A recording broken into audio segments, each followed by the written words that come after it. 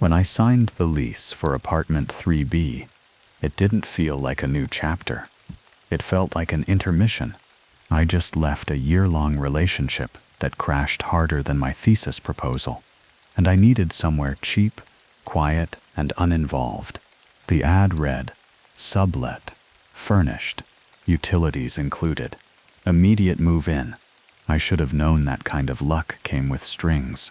The landlord said the guy before me, Henry, had moved to Prague for a year.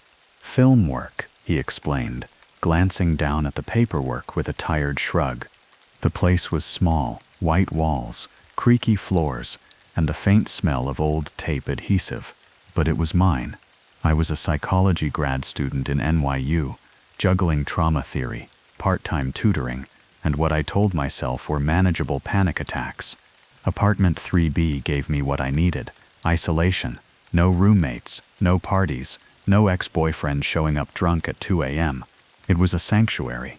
For the first few days, the only sound was the hum of the fridge and the occasional dog barking through the open window.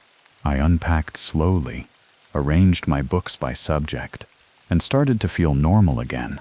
But then I heard the crying. It wasn't loud, more like the tail end of a sob, like someone trying to stifle it. At first, I figured it came from the unit above me.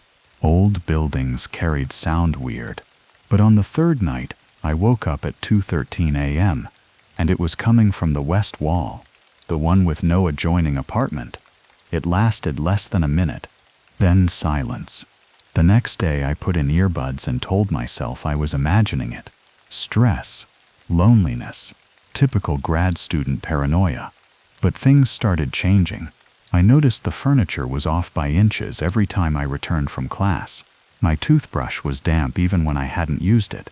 And once I found my laptop open with the camera light on, something I never do.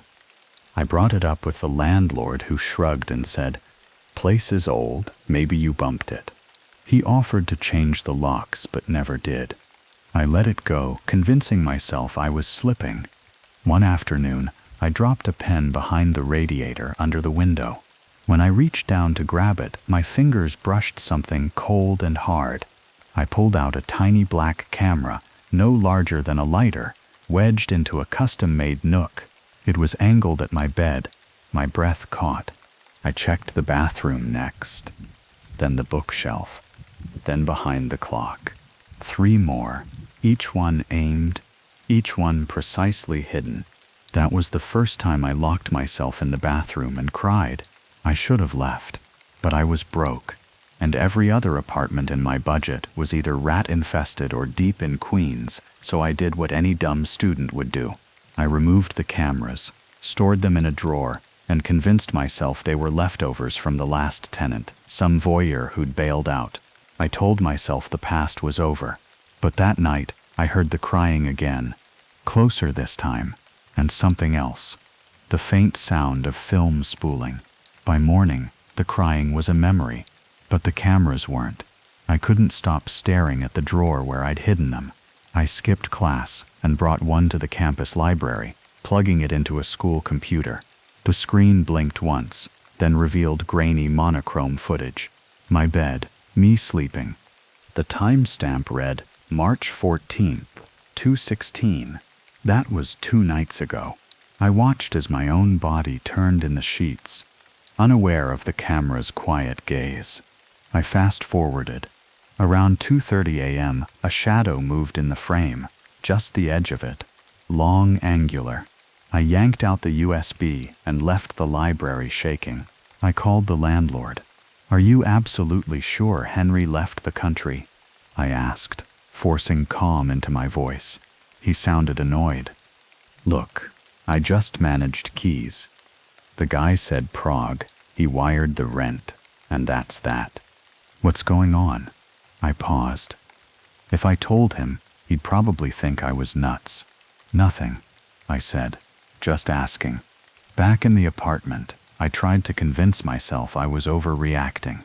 I even Googled hidden camera rentals and found dozens of stories about leftover equipment.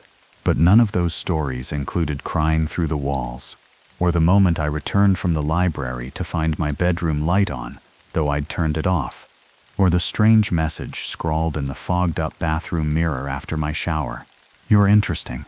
I went to the police that evening. The officer was polite, but skeptical. "You didn't see anyone. You don't have footage of someone breaking in. Sounds like something the last tenant did. Maybe." I showed him the camera. He nodded, unimpressed. "Keep your doors locked. We'll file a report." That was it. I left the station feeling invisible, disposable. That night I pushed my dresser in front of the bedroom door. It was a cheap IKEA piece, more symbolic than secure, but it gave me the illusion of control. I left the hallway light on, sat in bed holding a kitchen knife waiting. The crying came again, louder this time, definitely coming from the wall between the bedroom and bathroom. And then I heard a whisper low and close, as if someone were right behind the drywall. "Don't be scared, it's only the beginning." I screamed, called my friend Marcy, and begged her to let me stay over. She hesitated. She had roommates, but I must have sounded bad because she said yes. I shoved some clothes into a bag ready to run, but when I opened the front door, there was something resting on the floor. A VHS tape, no label, no note, just my name scrawled in Sharpie across the plastic, Sandra. I left it there and ran. Marcy's couch was lumpy and narrow, but it felt like a fortress compared to 3B. Her apartment buzzed with the normal sounds of people living, laughter behind closed doors, music from the next room, clinking dishes. I didn't tell her everything, just said my place had bad vibes and a weird neighbor. She nodded sympathetically, but didn't press. I couldn't sleep. I kept hearing the tape's name in my head. Sandra. Someone had made it for me. Someone wanted me to watch it. The next day, I returned to the apartment during daylight. I needed answers or closure. The VHS was still there, waiting like a sick gift. I picked it up, turned it in my hands. No return address, no handwriting on the back. Just my name, bold and exact. Against my better judgment, I borrowed Marcy's ancient combo TV and VCR and played it. The screen was black at first, then static. Then, a dim shot of my bedroom. The same camera angle from before. Except this time, the bed was empty, and the person holding the camera wasn't behind the wall.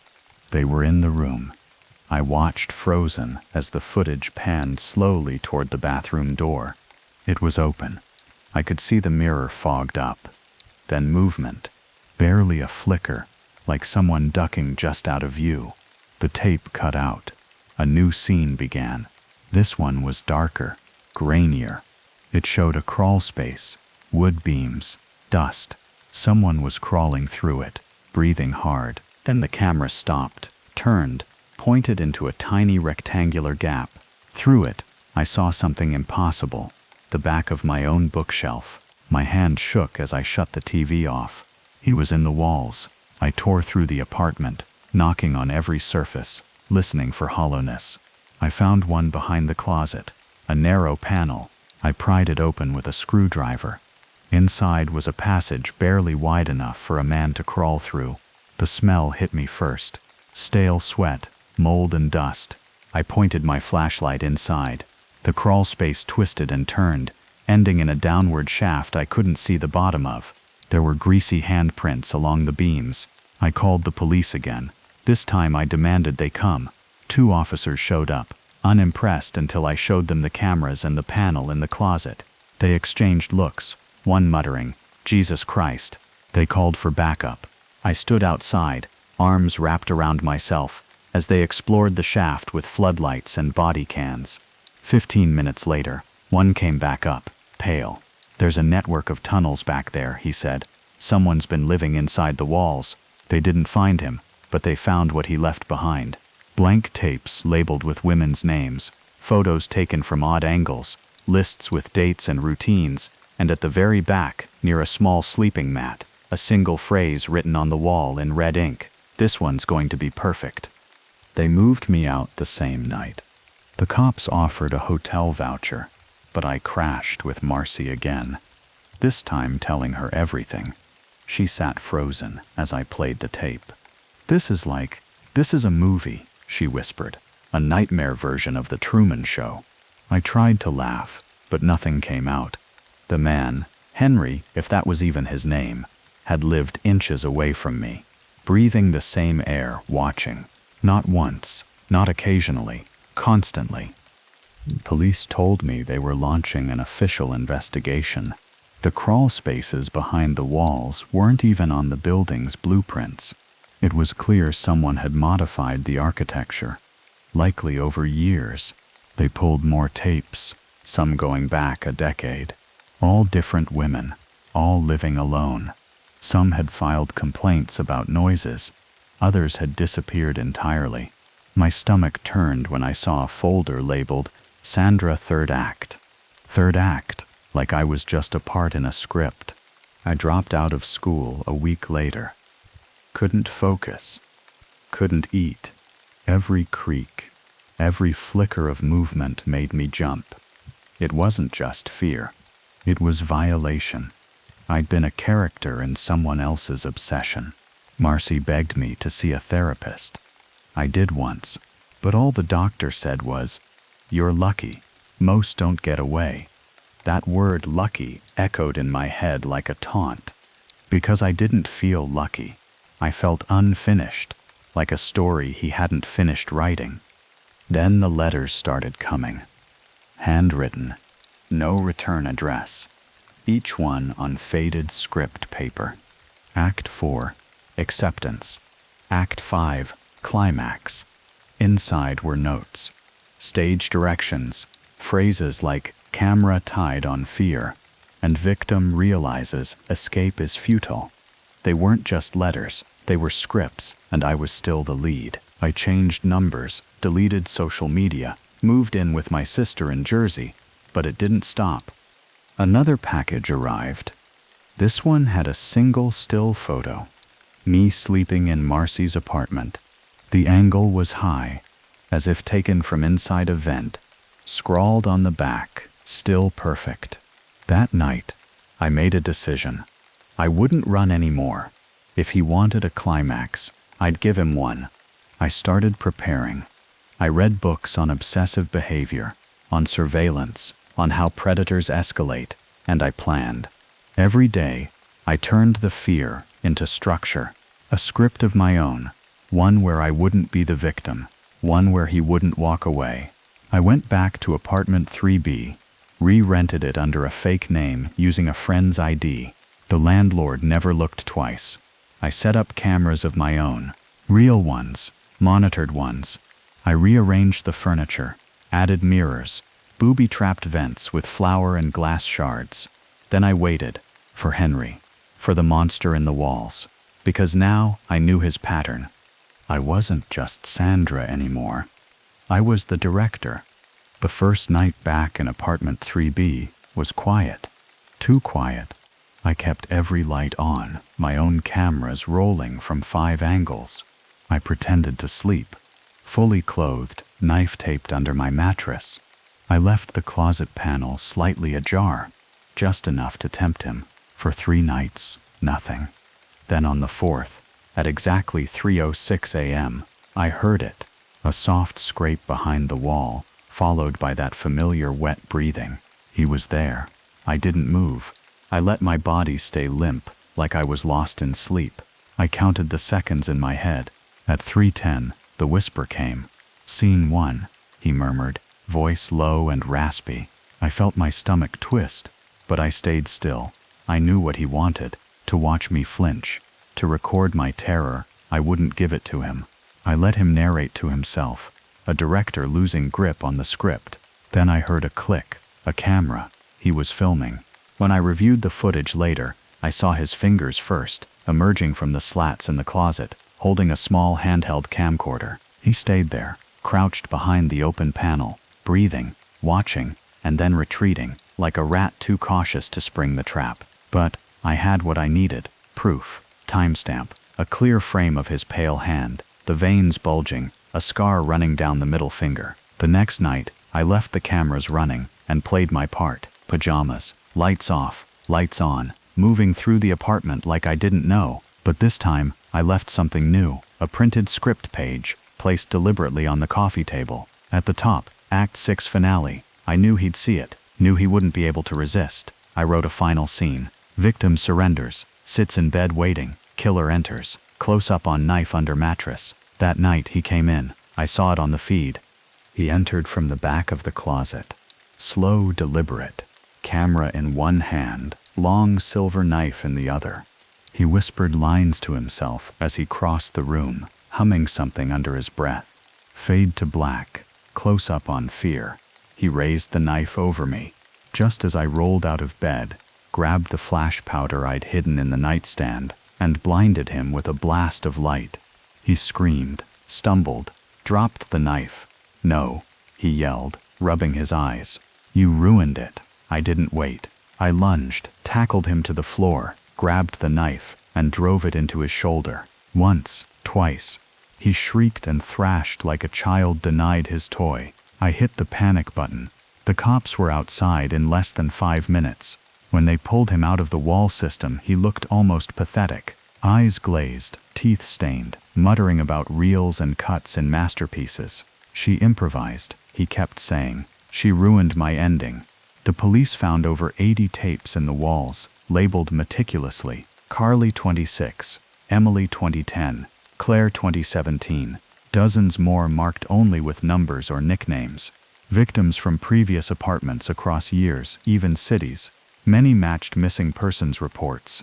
Some hadn't been reported at all. The detectives said it was the worst case of long-term stalking they'd ever seen. Not just a killer, one told me, a collector, an editor. Henry, real name Trevor Milton, had once been a film student at SUNY Purchase, dropped out after a breakdown. His professors described him as brilliant but unnerving.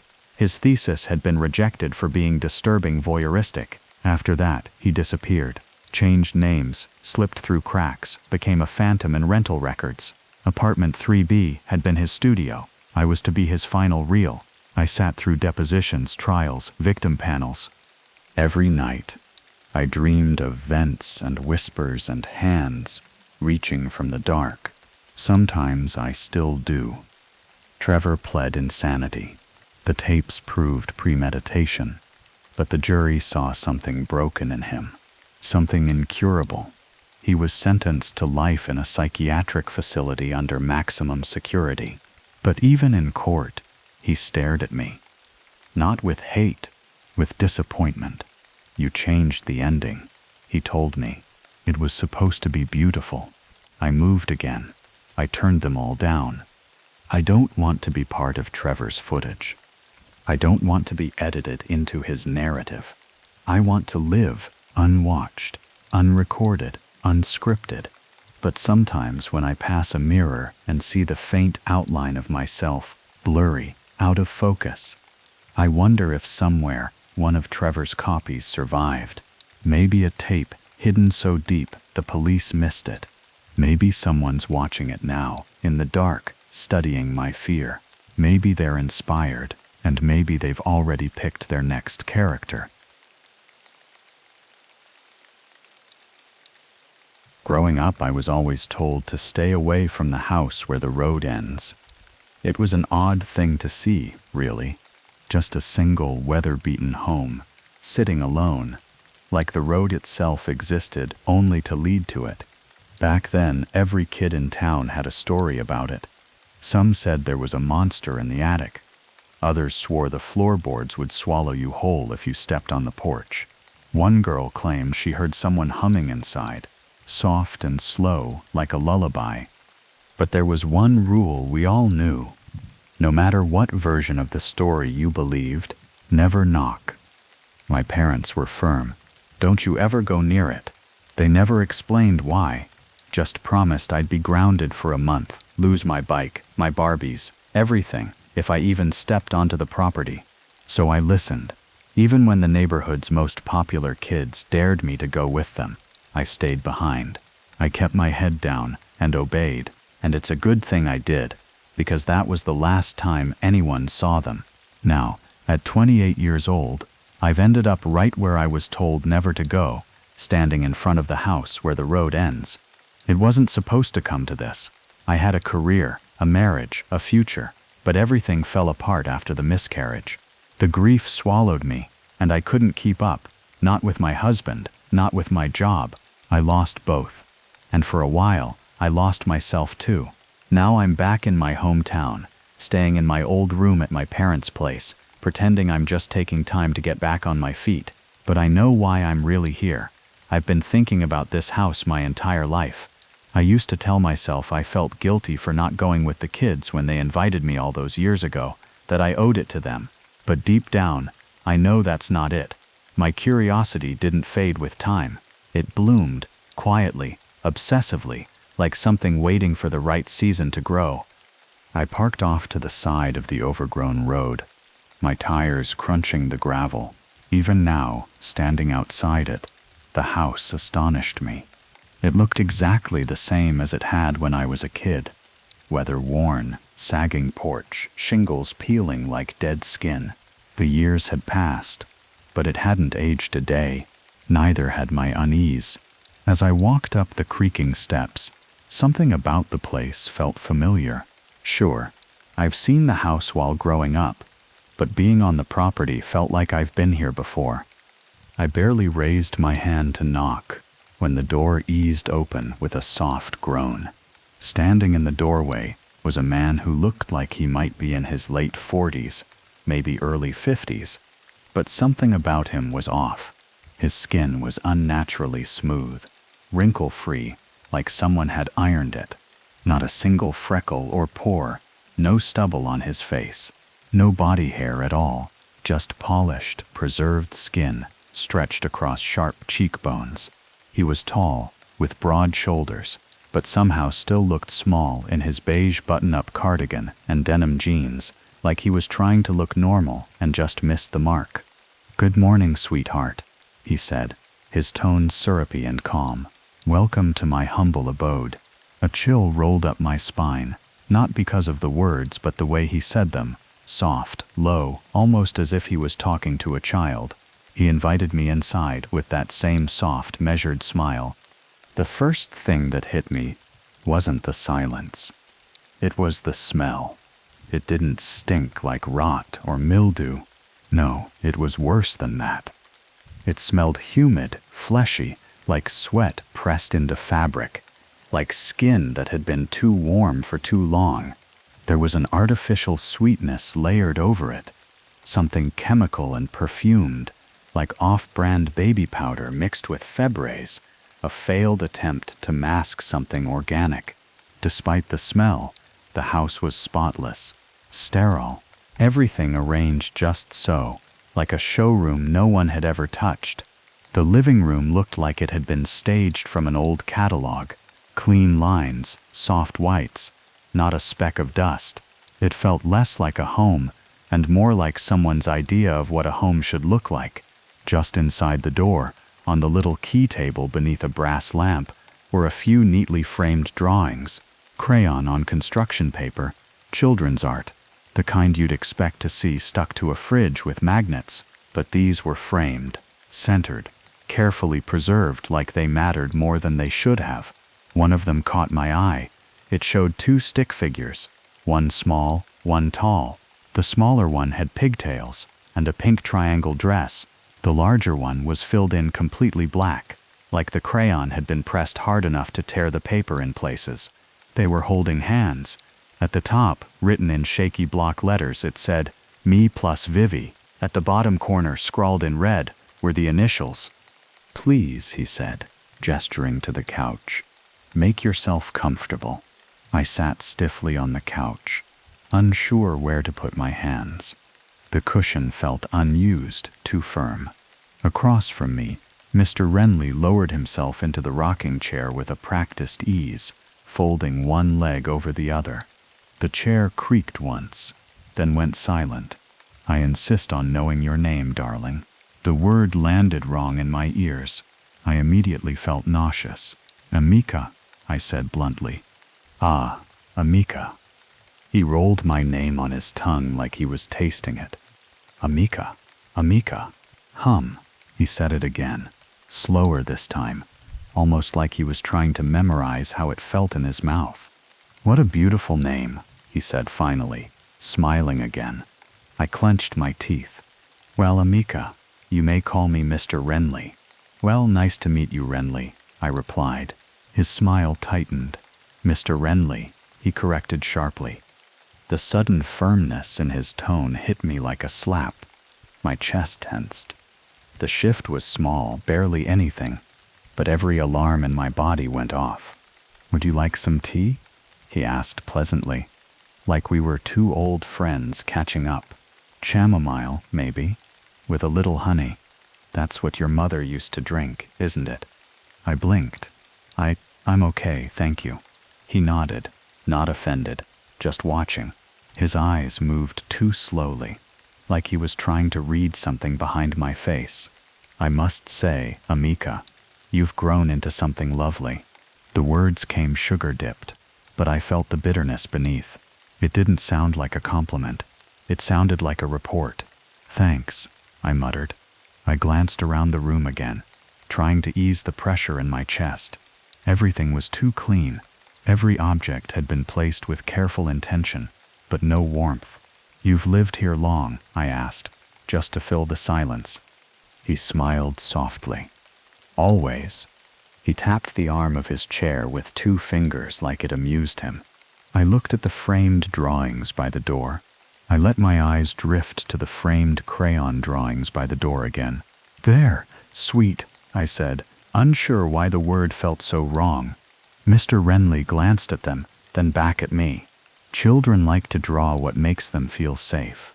I nodded slowly. Did someone live here before? He didn't answer right away, just smiled like he'd heard a funny joke only he understood. Visitors come and go, he said. The house has always been welcoming. You keep their art. Of course, he said, like it was obvious. Children leave things behind. I shifted in my seat. That one, I said, gesturing vaguely.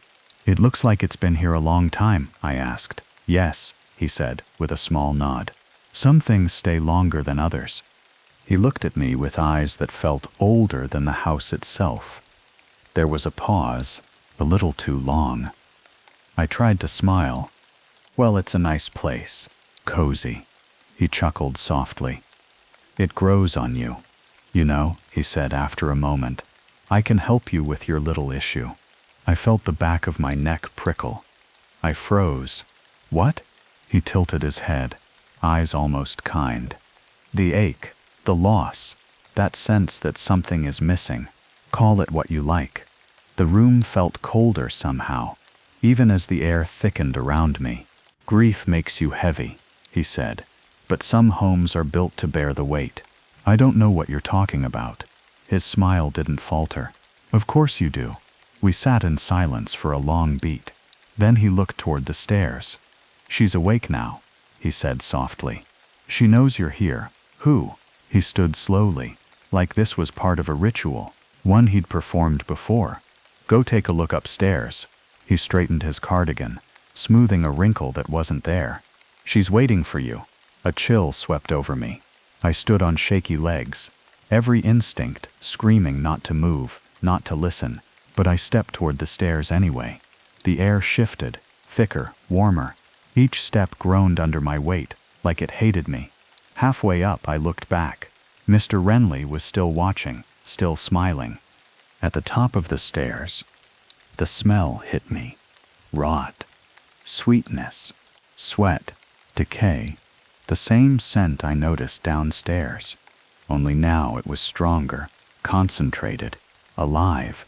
A narrow hallway stretched ahead, faded carpet underfoot, walls a sickly beige, doors lined either side, all shut except one. At the very end, just barely ajar, the silence pressed in, harder with every step I took toward it. The carpet crunched beneath my shoes like old cereal. My throat burned from holding back the urge to gag. The closer I got, the more I realized this wasn't a dead smell. It was something still rotting while it breathed. I reached the door, paused. My hand hovered over it. I didn't want to know, but I had to. I pushed it open. The hinges gave a long, aching creak. The stench exploded in my face. I yanked my jacket up over my nose, but it didn't help. The air felt thick, wet like breathing through a sponge, soaked in spoiled milk. Inside the room, the light was dim, just a single lamp humming in the corner. And on the bed, something was waiting. It was thin, impossibly thin. Its limbs looked like they'd been stretched, starved, dried out. Translucent skin clung to a skeleton that didn't seem human. Greasy brown hair hung in limb strands across a bloated stomach, so swollen it looked ready to split. The flesh pulled taut, pale and pulsing, like something was pushing outward from inside. The belly button jutted, like a cracked, puckered eye. Dark blue veins spiderwebbed across its stomach. Beneath the skin, shapes shifted. I couldn't tell how many. I stared at its swollen stomach, and something in me twisted. Something I didn't want to name. It was wrong. All of it was wrong. And still, it had what I lost. Umbilical cords spilled down over the footboard. One curled onto the floor in a slow, twitching loop. It raised one bony arm, the joints popping. Its fingers were long, curved like insect legs, nails yellow and curled outward. It spoke, "My child, I've missed you." Its voice was soft, feminine, almost motherly, but not right, like a nursery rhyme played backward. It beckoned. I stumbled back, heart jackering in my chest, right into something solid. A hand gripped my shoulder. Another curled into my hair. Mr. Renly leaned in, his breath hot against my ear. "You smell wonderful, Miss Amika," he whispered. So full of potential. That broke me. I shoved him off and bolted. Down the stairs, through the door, off the porch. I didn't stop until I hit the dirt and collapsed to my knees, vomiting into the dry earth. I raced back to my parents' house, heart slamming in my chest the entire drive. Gravel crunched under the tires as I pulled up. I barely remembered turning off the engine before I was through the front door, slamming it shut behind me. Dad was in his recliner with a beer in hand, half watching some game on TV. Mom was in the kitchen, humming softly as she chopped vegetables like it was just another evening. "Did you know?" I asked, my voice sharp, breath-catching. "Did you know what's in that hef house?" Dad grunted, annoyed, not even looking up. Mom stepped out from the kitchen, holding a knife in one hand, a carrot in the other. "What are you talking about, sweetheart?" she asked carefully. "You know exactly what I'm talking about." I could barely keep the disgust out of my voice. She stood still, eyes dull with dread. The knife dropped into the sink with a metallic clatter. Dad finally looked over, then went back to his beer. You saw it," Mom whispered. "Is that why you never let me near that place?" I snapped. "Because you knew." Mom didn't answer. She just gestured toward the dining table. "Honey, come sit down." "Marie," my dad said without turning. The warning in his voice was subtle, but it was there. "I'm telling her," Mom said, firm but quiet. "Marie, you know the rule," Dad snapped, standing now. His face was flushed, jaw clenched. "She's already seen it. It's too late now," she snapped, then turned back to me. "Sit down, sweetie." Dad hesitated, then sighed. He was still a drunk, but at least he's a reasonable one for now.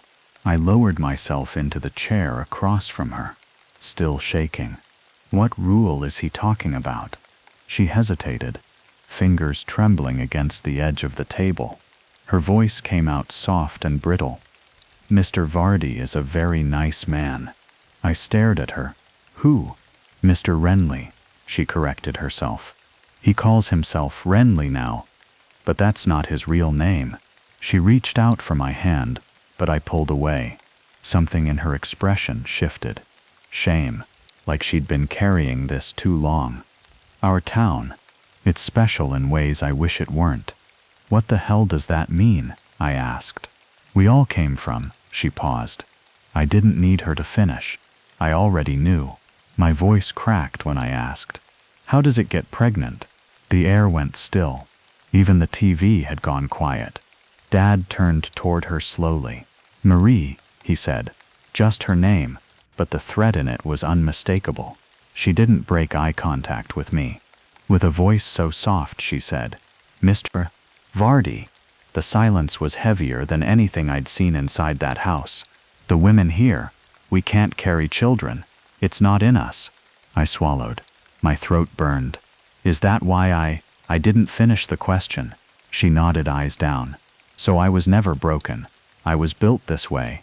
All the children here," she said, "they were given to us by him." A wave of nausea rolled through me. My hands were slick with sweat. "There's a rule," she continued. "Once adopted, we weren't allowed to tell you. Not a word. And you were never to go near that house." She paused. Her voice dropped further. "If he finds out, he punishes the family." "What kind of punishment?" I asked, barely managing the words. Her lips tightened. She stared into her lap. "There was a family on Rosewood. The Elkins. Their little girl, Ruthie, went up to the house. One night, they woke up, and she was gone. No broken windows, no footprints, just her bed, still warm, and a note on her pillow. Her hand was shaking. It said, "You broke the rules. You can have her back when she forgets." My mouth went dry. Jesus. "They waited 7 years," she said. Then one morning, she was there, sitting on the porch. Same age, same dress, same pigtails. She exhaled. They ran to her, tried to hug her, but she pulled away and asked, "Are you my new mommy and daddy?" My stomach dropped. "She didn't remember them?" I asked. "No, but she did remember someone," my mother said. She said she had a friend, a nice one, said his name was VV. A thick silence settled in. I sat there taking everything in when, knock, knock, knock. My mother jolted. My father froze mid-breath. He stood slowly and walked to the door like a man on his way to the gallows. When he opened it, the color drained from his face. "Who the hell?" He stopped, dead quiet. Standing in the doorway, smiling politely, was Mr. Renly. That same spotless suit, that same gentle smile. But the smile didn't reach his eyes. Without a word, he stepped inside and walked to the dining table. His hands came to rest lightly on my shoulders. I flinched. Dad joined us, suddenly sober. "What can we do for you, Mr. Vardy?" Renly didn't answer right away. He just looked between us. Finally, he spoke. Calm, pleasant, like this was just a visit between old friends. "You all know why I'm here," he said, smiling wider. "So let's have a little chat."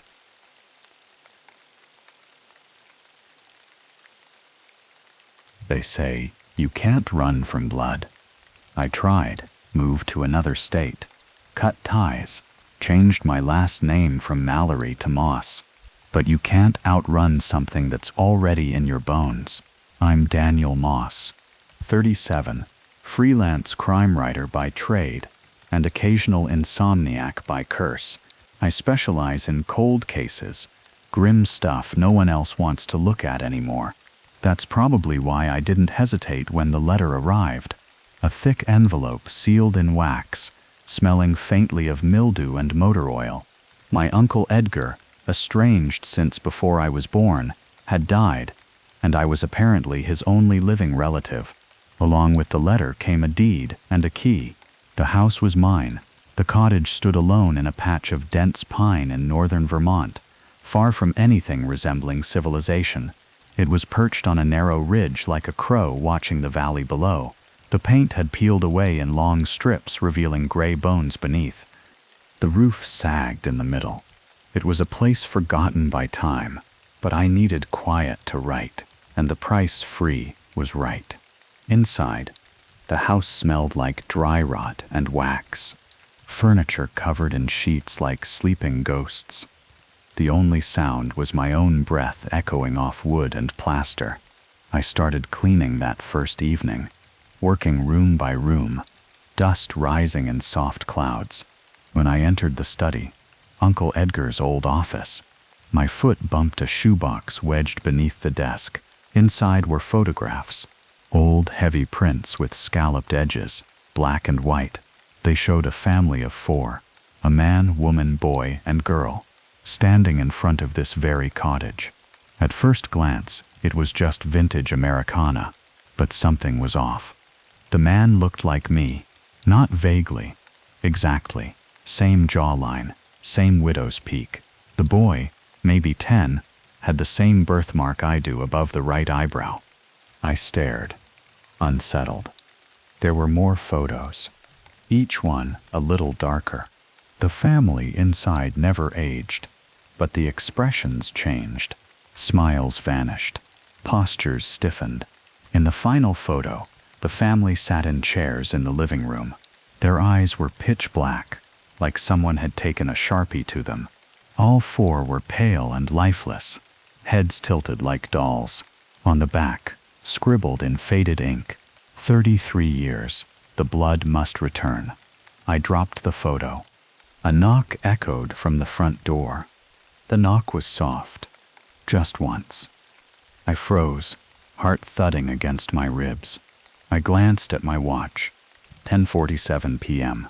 Too late for a neighborly visit, especially out here where the nearest mailbox was a mile away. I waited, breath shallow. No follow-up knock, just silence. I inched toward the door, careful not to creak any floorboards. Through the peephole, nothing but darkness. Still, the air felt different, charged. I opened the door a crack. No one on the porch. No rustling trees. No crunch of boots and gravel. Just the cold night and the distant hoot of an owl. I shut the door and locked it, bolting the deadlock. As I turned, I noticed something on the floor, another photo. It hadn't been there before. I picked it up with trembling fingers. This one wasn't old. It was glossy, modern, color. It was me, standing in the hallway just seconds ago, holding the photo I had drawn. The timestamp in the corner read 142 p.m. My breath caught. That was 5 minutes ago. I scanned the room. Who's there? My voice cracked with uncertainty. No reply. I turned off every light, heart pounding, and grabbed the old revolver Edgar kept mounted above the fireplace. It was dusty, probably hadn't fired in years, but the weight in my hand gave me some sense of control. I paced the house, room to room, checking windows, closets, under beds. Nothing, just empty space and shadows that shifted too easily. Back in the study, I examined the original box again. Beneath the last black-eyed photo was a folded map of the house. Someone had drawn a red X in the basement, written in slanted ink beside it. Final portrait here. My stomach nodded. I hadn't been to the basement yet. I opened the door leading downstairs. It groaned like something waking up. The steps creaked under my weight. The light switch didn't work, so I used my phone flashlight. The beam shook in my hand. Halfway down, I saw something that made me freeze, a flash of red cloth disappearing into the dark. Someone was down there, living, watching, or worse, waiting. I swallowed hard and forced my feet to move down the last steps. The basement smelled of damp earth and something fouler, like old blood and burnt wood. My flashlight flickered, casting long, trembling shadows on the stone walls. I felt the weight of silence pressing in, thick and almost alive. There, on the far wall, hung another photo pinned up with a rusty nail. I stepped closer, breath hitching. It was the family again, this time posed in the basement itself. Faces pale, eyes gone black. But behind them, almost invisible in the dim light, was the silhouette of a man. His expression was twisted in a smile that didn't reach his eyes, and his hands were stained a dark, wet red. Then I heard it, a whisper curling through the cold air, just beyond my hearing. They never leave. The voice was low, rasping, almost like the creak of the house settling. I spun around, gun raised. Nothing. Just shadows stretching and retreating with my shaking beam.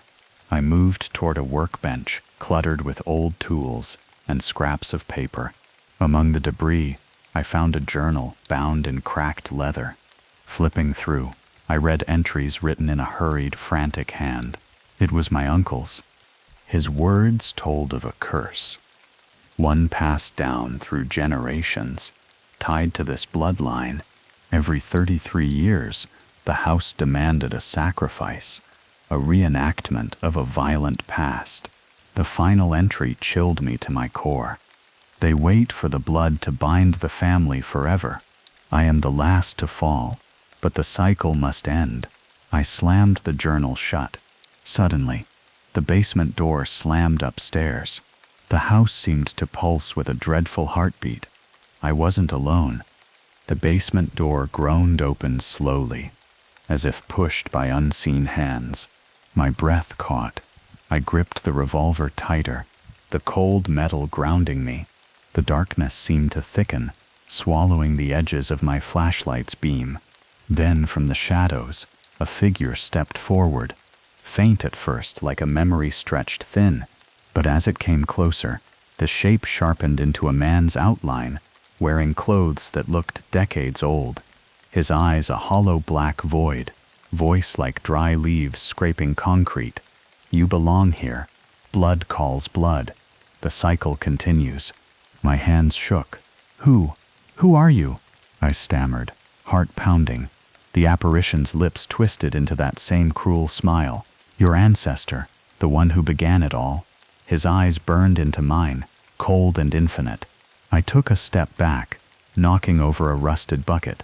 Why? Why this house? Why me? The ghost's laughter echoed around the damp stone walls, a sound both ancient and mad. Because you are kin-tied by blood and fate. The family portrait demands its final frame. I realized then that those photographs were not mere images. They were traps capturing souls in frozen death. Suddenly, the walls seemed to pulse, and the basement filled with the scent of burning paper. I grabbed the stack of old photos from the workbench and hurled them into the small fireplace. Flames licked eagerly, devouring the images as the spirit shrieked, recoiling from the heat. The room shook violently. The ghost's scream turned to a choking gas before it vanished, leaving silence so deep it pressed into my bones. I collapsed, chest heaving, watching the last photo curl into ash. The curse was broken, or so I hoped. The house was quieter after the fire, but a cold emptiness settled over every room. I sat on the cracked floor of the basement, clutching the now empty photo frame that had held the first cursed picture. My mind raced, piecing together what I'd just endured. The curse wasn't just an old family story. It was real, a blood-stained legacy carried through generations, waiting to claim its next victim. And for a moment, I almost believed it had taken me too. I dragged myself upstairs, wiping sweat and dirt from my face. The living room looked different, as if the shadows that clung to the corners were retreating. But then I heard the unmistakable sound of footsteps above me. Soft, deliberate. They came from the attic. I froze, listening. The sound stopped. Then a whisper, barely audible. You can't run from blood. I climbed the narrow stairs to the attic, each creak echoing louder in the stillness. At the top, I found a dusty trunk, its lock rusted through. Inside were more photos, faded and torn, but also a small leather-bound book. I flipped through it and found the family tree, tracing back centuries, with names crossed out in red ink. At the bottom was a chilling note. The last portrait awaits. Suddenly, I heard the door slam shut behind me. I spun around, heart hammering, but the attic was empty. My flashlight flickered again, casting the black-eyed family on the walls, watching. I whispered to myself, "It's over." But somewhere deep inside, I knew the curse wasn't finished yet. I couldn't stay.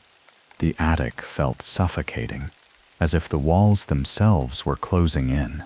I grabbed the leather book and stumbled downstairs, planning to leave the cottage behind for good. But before I reached the front door, A cold presence settled behind me. I dared not look back. "Daniel," the voice rasped again, softer now, but no less threatening. "You cannot break the family's fate." I gritted my teeth and turned, revolver raised. Nothing, just empty air and a heavy silence that pressed down like a shroud. Outside, the sky was a bruised purple, the first light of dawn creeping over the horizon. I paused, looking back at the house one last time. Then I heard it, a soft, slow knocking from the basement door, the same rhythmic sound that had started this nightmare. Heart pounding, I descended once more, revolver shaking in my hand. There, in the center of the cold stone floor, lay my uncle's corpse, arranged exactly like the family in the photos, eyes hollow black pits, staring into eternity. The final portrait. With trembling hands, I poured kerosene over the remains and the scattered photos. I struck a match. The flames swallowed the cursed images, and the body, smoke rising in thick, acrid clouds. The house groaned, then grew still. As the sun rose, I called the police. They found the ashes and the charred remains. The curse was broken. I was free. But every time I close my eyes, I see those black eyes staring back, waiting for the next cycle to begin.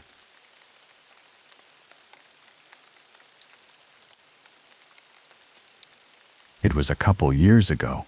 I was still a sophomore in college when I heard the news that my grandma had died. I was really close to her, and she used to stay at my family's place near Manila. She took care of us, cooked awesome meals, and she was really a fun Lola to hang around because she likes to joke as well. It all changed when I started to go to college. See, at that time, most of the universities in Philippines are located in Manila, and our hometown is like 2-3 hours from Manila if you add traffic. Well, it could be 4-6 hours away. While studying, we had to stay at a place nearer to our university during school days, and we would just go back to our hometown every weekend. I had 3 older brothers. I'm the youngest, and I'm the only girl, and the last one to go to uni. When my brothers had to go to college, I was still in high school. They all stayed in our condo in Manila, and it was mostly me and my Lola left at our home. My dad would leave for work early in the morning, and would get home quite late at night due to traffic, and my mom had a boutique shop to tend to, so she would also have to close up shop. My Lola and I are very close. We even sleep together at night, side by side on a queen bed. I remembered how she loved listening to this one radio station. She would sometimes call the station, and the DJs there know her. She would often request a song to be played, and sometimes she would even sing. Lola also likes to chat every night before going to sleep. She would tell me tales of her younger years. She would joke around, and sometimes even tell me scary stories. I enjoyed all those moments with her. When I was old enough to go to college, my relatives thought it would be best if my Lola would come back to our province and stay there, since our home would likely be empty during the daytime and she would be alone. At that time, it was the best decision.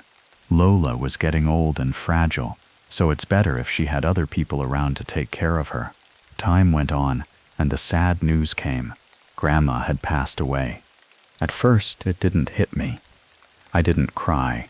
I was just numb, I think. I was in school at that time when my mom called me and told me the news. After the call, I was just silent. My friends might have noticed that something was wrong, 'cause usually I'm very cheerful. They started asking, "What's wrong? Are you okay?" And that's when I just burst into tears. My family and I had to travel to our province, to our ancestral home, where my grandma is. In the Philippines, usually the funeral takes place for at least 3-5 days, sometimes even longer, since some relatives are overseas. Now let me tell you something about our province. It's very remote, probably 4 or 5 hours travel from Manila. Some roads are still dirt roads, and our ancestral home is like located in the mountains, so you would have to travel on zigzag roads with cliffs on your side to get there. Our home is surrounded by coconut trees. We had a vast land of rice farms, and it's really beautiful and serene, But at night, it's a whole different story. Only the homes have light, the pathways to go to other houses are pitch black, so you would have to carry a lantern or flashlight with you if you want to visit the next house, which is usually another relative of ours. Hopefully that helps you paint a picture on your mind about the place. Going back to the story, we arrived at our province, and it was already nighttime, so you guessed it, it's pitch black on the surrounding areas, except the main house where the funeral is held. There are tents set up just right outside the house, where tables and monoblock chairs are set up for guests to sit down, mingle, talk about life, eat peanuts, and even drink. We took turns approaching the casket where my Lola rests to say goodbye, and when it was my turn, I saw how peaceful she looked, as if she was just sleeping. She had a faint smile on her face, and I dropped a tear and just quietly said, "Rest in peace, Lola, we love you." After that, we went out to another house to set up our stuff, since we will be sleeping there. It's a small house my parents decided to have there, so have a place to stay whenever we visit our province, sort of like a staycation home. It was just a couple feet away from the main house where the funeral is being held, and you still have a clear view of the ancestral home from here. A couple hours later, there was a commotion. People were shouting. My uncles were shouting mad and rushing over to get inside the house where the casket is. We were all curious, of course. I asked my cousins what's going on, and they also didn't know. After a few moments, my uncles went out. They looked pissed and angry. We asked them what happened, and what they told us still gives me goosebumps until this day. My uncles were outside, sitting at the tent. They can see the main door open and can see through the house with a clear view of the casket. One of my uncles said he saw a black creature standing over the casket. Its hands were placed on top of the glass, and its head was up close to the glass of the casket, meaning it was glaring through my Lola's face up close. He then started shouting and rushed over to my Lola, cursing the creature. The creature ran away, and my other uncles started to chase it. They said it transformed into a black cat, and it went through the back of the house and into the dark. After that, when my aunt said she was the one who was supposed to stay with my Lola's casket that time, she just stepped away for a minute, and then the commotion happened. One of my uncles said that you should never leave a dead loved one's body alone. There should always be at least one guarding over it, as you leave it susceptible to other entities. Suddenly, one of my aunts told us that something was wrong to our Lola, that something had changed. When I took a look at her, I saw that the smile on her face was gone. Her lips were now curled in a way that it shows she's horrified of something. It's replaced with a frightened and anxious expression, and from that point on, tales about the Aswang were told by my uncles and aunts. They shared stories of their encounters here in the province about it. Most of us stayed up late that night, and the adults made sure that there's always someone to guard over my Lola through the night, up until the day of her burial.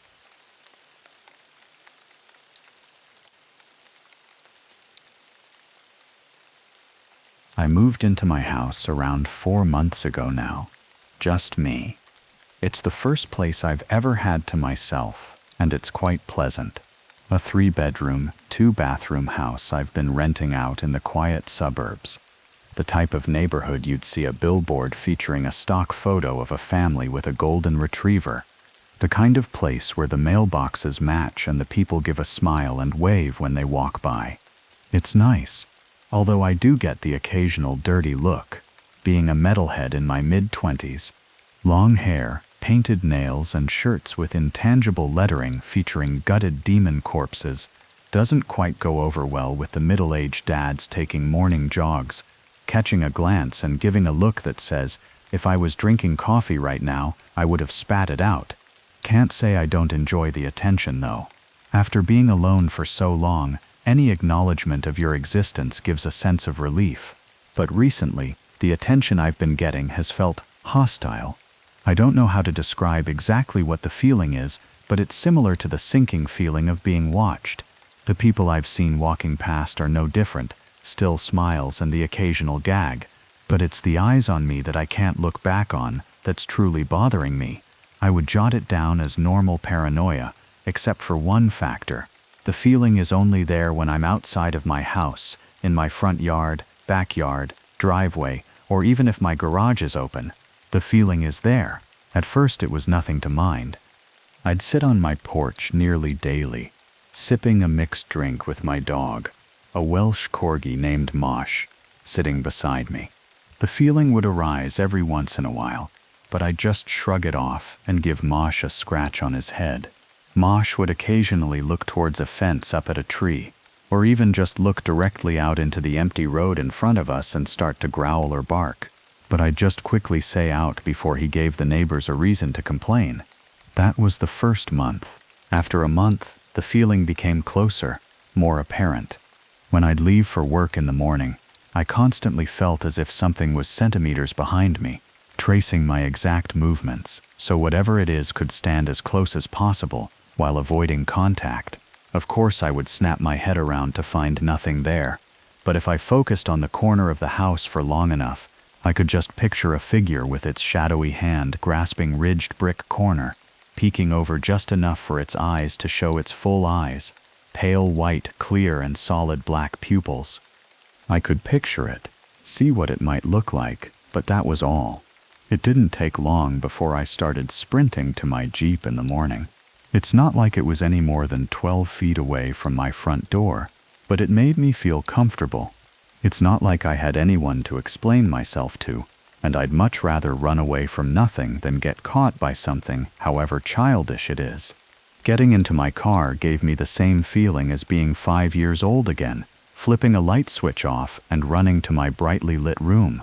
It felt safe. Initially, that only ever happened in the morning, but after some weeks, it became a constant in my daily life. Not only leaving for work in the dark morning, but returning home in the afternoon, taking the dog out for a walk, grabbing the mail. Once that started happening, it was only a matter of time before I went from doing nothing more than giving a deep sigh before I opened the door, to having a foot race with whatever the hell it is down my driveway. Once I reached the sidewalk, though, it would always go away. I started taking medication, my 3rd month here. I had gotten the recommendation from a coworker to get meds for anxiety after we were dead at work, and I accidentally told him about my issues. Sometimes my mind just goes on autopilot and decides to let my mouth do whatever it wants.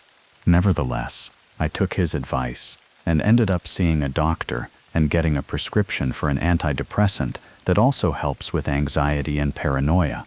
It helped at first, but not completely. I still felt it, but the meds made it easier to ignore. I could walk calmly. Hell, I could even sit out on my porch again, with no need to run away from its gaze. After a week of simply ignoring it, the feeling went away altogether. The meds had worked, and I had gotten rid of whatever it was that my brain was tricking me into feeling the presence of. I beat it, so I decided to stop taking the meds. They had always made me nauseous, and I hated that. Looking back on it, I never should have stopped, because a few days later, I would discover that they would never work again. My bedroom is on an outer wall of my house, a window that gives a view of nothing but a thick thorn bush, likely planted there by an old owner who didn't want their kids sneaking out late at night, for if they tried they would end up leaving a blood trail all the way to whatever house party they'd go to. The bush is what gave it away. After the feeling had gone from outside, life was great. I'd wake up energized. An underlying happy feeling to every day, and fiat motivation behind every action I took. That was, until one night, sleep just seemed to escape me. It wasn't too bothersome, it was just hot, and my AC had been acting up, so I wasn't running it too cold to save my wallet. It had to be around 3 or 4 when I decided to get up for a glass of water. Walking through the dark to the kitchen, every action taken producing a noise amplified by the silence of the night. The knock of the plastic cup I grabbed from the cabinet, colliding with the metal of the nozzle of the sink. The loud static-like sound of the running water out of the nozzle. There was an almost relaxation to it all. That was until I heard a resonate, high-pitched squeak sound from down the hallway from my room. The unmistakable sound of a skin rubbing against glass. I put my cup down on the counter after downing my water and stared down the hallway. The glow of the light in my room, the only light on in the house, seemed almost threatening to me in that moment. I almost wanted to stay in the confines of the darkness until I heard Mosh begin to growl. "Mosh," I whispered sternly, sounding as if I was trying not to wake anyone who may be sleeping in the house, although I was alone. "Mosh," I said again, walking slowly towards my room. When I reached my room, I peeked my head in to find Mosh on my bed, having put himself behind my window curtain, standing on his hind legs, still growling silently. "Mosh, dude, what are you doing?" Realizing he must have been growling at some sort of early morning bird he'd seen out the window, I was relieved of all tension. I walked to the curtain, and I speedily pull it back so Mosh could see me and alleviate his instinctual anger towards the wildlife. But as soon as I pulled the curtain back, the thorn bush smacked hard against the glass. The impact and the sound made me jump backwards. My tired mind was immediately snapped awake, fear and confusion immediately entering my thoughts. But above all, the feeling was back. While my mind spiraled to find an explanation for the sudden noise, I noticed the bush having an obvious indent right next to the window, as if someone pushed themselves between the two and was looking through straight into the curtain. It was then when I walked briskly through my house, to my bathroom, grabbing my bottle of medication, hands shaking and fumbling the bottle until I could get it open. After downing 2 pills with no water, I took a deep breath, hoping it'd take the feeling away once again. That was 3 weeks ago. The following week, the feeling persisted. I discovered that moving rooms helped momentarily, almost suppressed the feeling. After a while, though, each room felt just as bad as the last. Now, I've been sleeping in the small bathroom, just a blanket and a pillow, but the feeling can't seem to reach me there. If anyone has any idea what this thing is, or if you're experiencing something similar, please let me know. I'll post an update if anything changes. I've taken off of work, told them it's for a mental health break. I just can't bring myself to go outside. I don't want to be where its eyes can see me, the eyes belonging to that I've never seen. The eyes, I pray, never meet my own.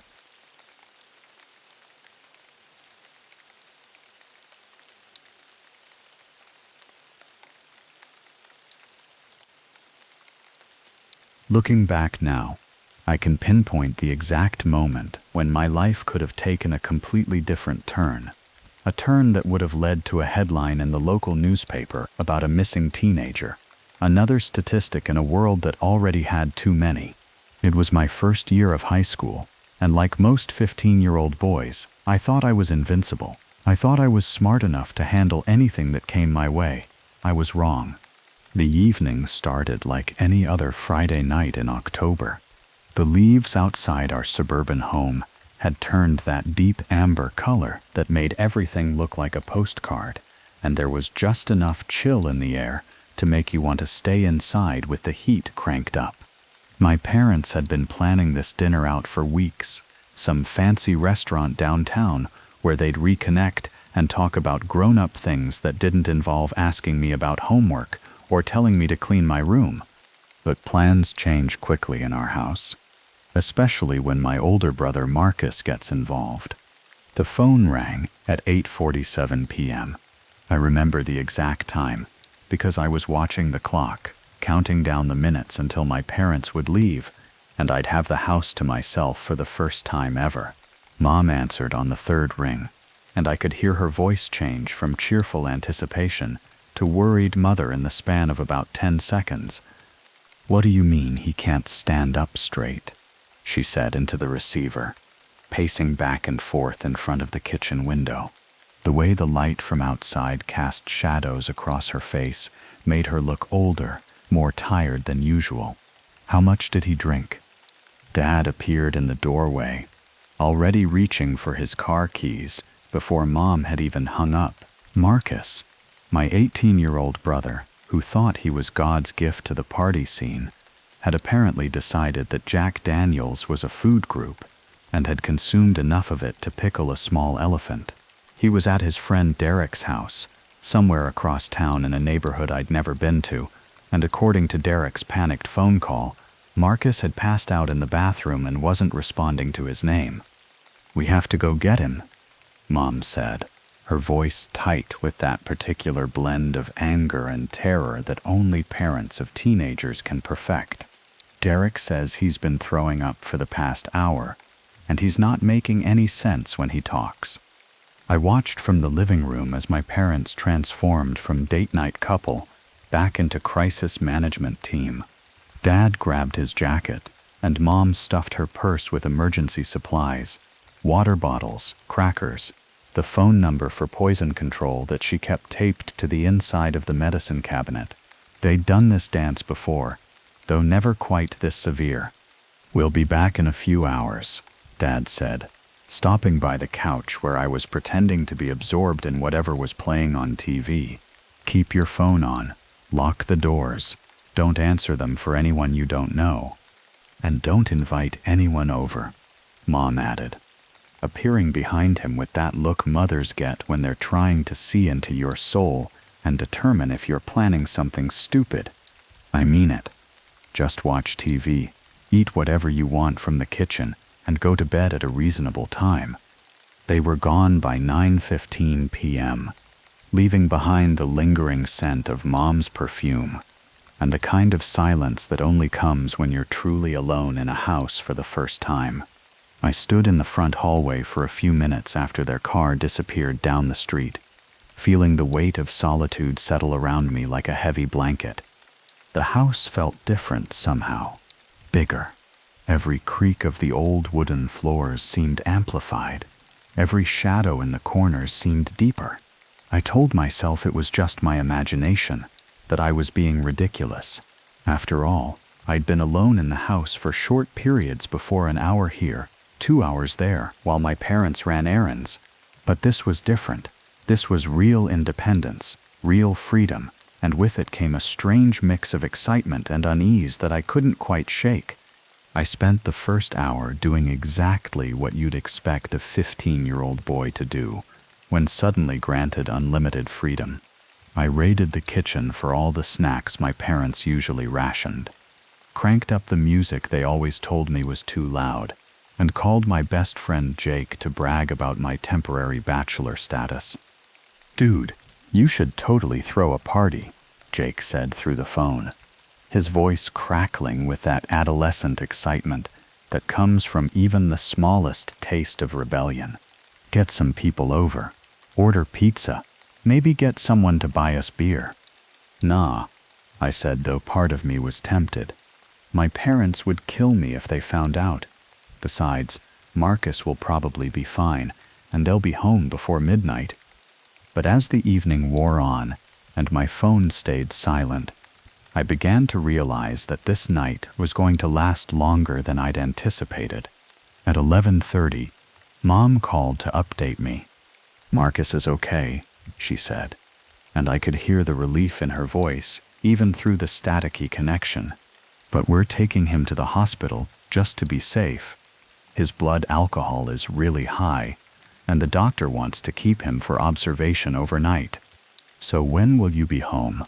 I asked, though something in my stomach was already telling me I wouldn't like the answer. "Not until morning, honey. I'm sorry. I know this isn't how we planned for your first night alone to go, but we can't leave Marcus here by himself. You'll be fine, though, right? You're responsible, and it's just one night. Just one night." The words echoed in my head after I hung up the phone. One night alone in a house that suddenly felt less like a cozy suburban home and more like an isolated fortress in a sea of darkness. I tried to go back to my normal evening routine, TV, video games, maybe some homework if I felt motivated, but the excitement I'd felt earlier had transformed into something else. Something that made my skin feel tight and my mind race with possibilities I'd never considered before. That's when the idea hit me. The idea that would change everything. I was 15 years old, pumped full of hormones and curiosity, with a whole night stretching ahead of me, and no parents to walk in unexpectedly. I'd heard the older guys at school talking about things you could find on the internet if you knew where to look, things you could do if you had the money and the nerve. And suddenly, sitting alone in my living room at 12:15 a.m., I realized I had both. The computer hummed to life in the blue glow of midnight, and as I started typing in the search bar, I had no idea that I was about to open a door I'd never be able to fully close again. The internet at night is a different place than it is during the day. There's something about the darkness outside your windows and the glow of a computer screen that makes everything seem more secretive, more dangerous, more possible. Sitting in my dad's office with the door closed and the sound turned down low, I felt like I was crossing into forbidden territory, which of course I was. I'd heard whispers about these kinds of websites before, fragments of conversations I'd caught between the seniors at school, stuff that Derek and his friends had bragged about when they thought no one else was listening, but I'd never actually seen one, never actually looked for one. The idea had always seemed too risky, too adult, too far beyond my carefully controlled suburban existence. But tonight was different. Tonight, the rules felt suspended. My fingers moved across the keyboard almost without conscious thought, typing in search terms that I'd only ever heard spoken in hushed tones. The results that came back made my heart race and my palms sweat. Page after page of websites with names that left little to the imagination, promising things I'd only dreamed about. Most of them looked obviously fake, too flashy, too good to be true. The kind of thing that would probably download a virus onto my dad's computer and leave me with a lot more to explain than just why I was up so late. But after 20 minutes of searching, I found one that looked different, more professional, more real. The site was called Companion Services, and instead of the garish colors and pop-up ads that plagued the others, this one was clean, simple, almost elegant. The photos looked like they could have come from a modeling portfolio, and the profiles read like personal ads from a newspaper, descriptive but not crude, detailed but not vulgar. I scrolled through dozens of profiles before I found her. Stephanie, 19 years old, Asian, student at local college, available for companionship and entertainment, discreet, friendly, open-minded, specializes in first-time experiences. The photo showed a pretty girl with long black hair and a smile that seemed genuine rather than posed.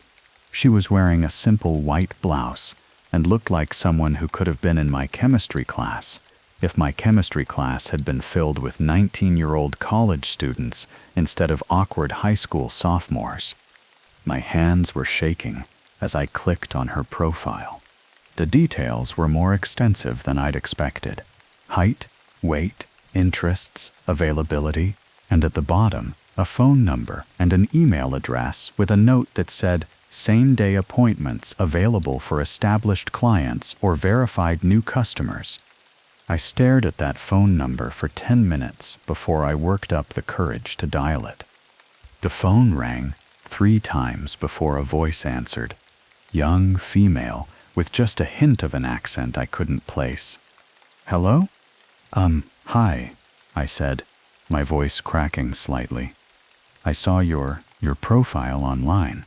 The companion services thing." There was a pause, and for a moment I thought she was going to hang up. Then she spoke again, her tone becoming more businesslike. "Okay, what's your name?" "Tyler," I said, giving her my real name before I could think better of it. "Okay, Tyler, how old are you?" This was the moment of truth. I could lie, add 3 years to my age, and hope she wouldn't notice. Or I could be honest and risk having the door slammed in my face before I'd even gotten started. 15, I said quietly. Another pause, longer this time. I could hear what sounded like a TV in the background, and voices having a conversation I couldn't make out. "That's pretty young," she said finally. "Where are your parents?" "Hospital," I said.